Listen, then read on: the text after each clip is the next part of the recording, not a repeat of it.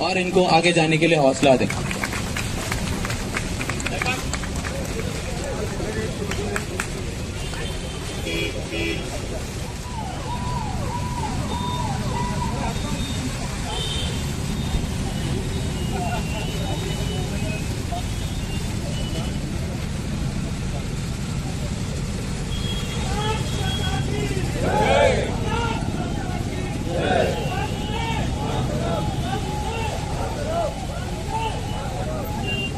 जी, मैं rally leader हूँ। सुदर्शन भारत परिक्रमा जो ब्लैक कैट कार रैली है, ये रैली दिल्ली से चली, जहाँ पर होम मिनिस्टर साहब ने हमें फ्लैग ऑफ किया और फिर हम आगरा गए। आगरा से हम लखनऊ आए। लखनऊ में यूपी के चीफ मिनिस्टर साहब ने हमें फ्लैग ऑफ किया। अब हम वाराणसी से जा रहे हैं। वाराणसी में कल हम पहुंचे थे, शाम को हम भारत माता मंदिर गए और उसके बाद अभी हम यहाँ से गया जाएंगे।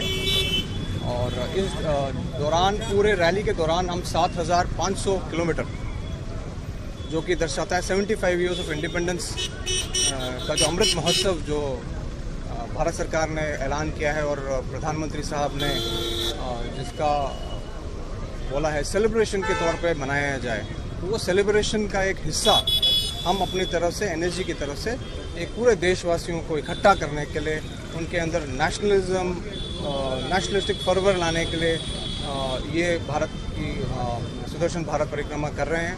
इसमें मेरे साथ कुल मिला के 12 ऑफिसर, 10 AC ऑब्लिक JCO साहब और 36 कमांडोज हैं।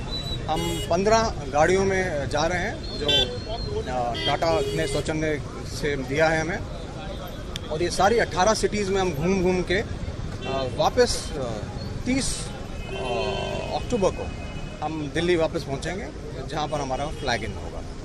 बिल्कुल, लंबी यात्रा पे निकले हैं, काफ़ी लोगों से भी मिलना होगा। तो लोगों को किस तरह जागरूक कर रहे हैं, लोग कितने जागरूक हैं इसके लिए? भारत एक बहुत ही क्लोज देश है। इसमें देशवासियों का और झंडे के प्रति बहुत ज़्यादा प्यार है। तो जब भी वो एक ऐसी रैली या ऐसे इलाके में हमें गुजरते हुए देखते हैं, सब हमें सैल्यूट करते हैं, सब भारत माता की जय बोलते हैं। और भारत का झंडा ही इतना प्यारा है और इतना अच्छा है कि हम सबको वो इकट्ठा रखता है। तो हमारी रैली का मकसद ही ये है कि हम सब इकट्ठा हैं। जो भी हमसे टक्कर लेगा, हम सब एक साथ हैं, एकजुट हैं। बेशक हम अलग अलग काम करते हैं, लेकिन जब हमें मौका मिलेगा, जब हमें बुलाया जाएगा, हम सब एक हैं और एकता ही में शक्ति है।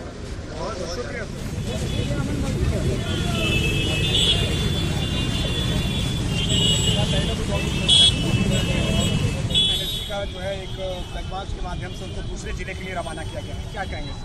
देखिए, आज़ादी का अमृत महोत्सव जो एक देशव्यापी उत्सव हम लोग मना रहे हैं, उसी सिलसिले में आज वाराणसी में एनएसजी की पूरी टीम आई है। उनकी एक कार रैली है जो भारत के विभिन्न कोनों में जाएगी। इसका नाम उन्होंने सुदर्शन भारत परिक्रमा रखा है। तो ये बहुत ही सुंदर उनका कार्य है, क्योंकि भारत एक अनेकता में एकता का प्रतीक भी है। तो ऐसे में भारत के विभिन्न कोनों में जाकर वहाँ की संस्कृति, वहाँ के लोग, वहाँ के जो कल्चर है या वहाँ की जो ट्रेडिशंस हैं, ना सिर्फ उसको समझने का मौका मिलता है, बल्कि एनएसजी चूँकि मतलब एक नेशनल सिक्योरिटी गार्ड, मतलब जब कभी भी भारत के किसी कोने में किसी प्रकार की क्राइसिस होती है तो एनएसजी की बड़ी अग्रणी भूमिका है, जिसका हम लोगों ने मुंबई जब इंसिडेंट हुए थे तो उसमें हमने एनएसजी के पराक्रम को देखा है। तो आज मैं खुद गौरवान्वित हूँ कि एनएसजी के बहादुर साथियों के साथ मुझे मंच साझा करने का मौका मिला है। मैं दिल की गहराइयों से उनके इस अभियान की सफलता के लिए शुभकामनाएं देता हूं। और साथ साथ जो आपके दर्शक हैं, आज नवरात्रि का पहला दिन है, तो नवरात्रि की भी ढेरों शुभकामनाएं। मैं सारे आपके जो लोग हैं जो आज माँ देवी को याद कर रहे हैं, उनको मैं नमन करता हूं और आशा करता हूं कि उनका जीवन हमेशा सुखमय रहे। सर, एक अंतिम सवाल, भारतीय लोकतांत्रिक व्यवस्था की बात करने जाए या फिर भारतीय जाबाज सेना की बात करने जाए, अनेक समयों पर अनेक चुनौतियां आती रहती हैं। क्या आने वाले समयों में या फिर जो भी अगर कुछ चुनौतियां आती हैं तो हमारी जाबाज सेना पूरी तरह से तत्पर है, तैयार है? देखिए, ऐसा है कि आज चूंकि अवसर एनएसजी के कार्यालय का है, लेकिन अच्छी बात यह है कि एनएसजी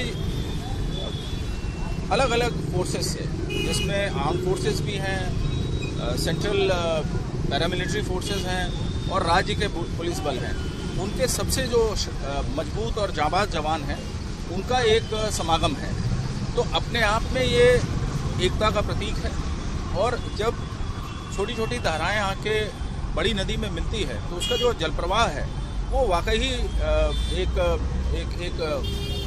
जिसको कहना चाहिए अतुलनीय स्थिति पैदा करता है।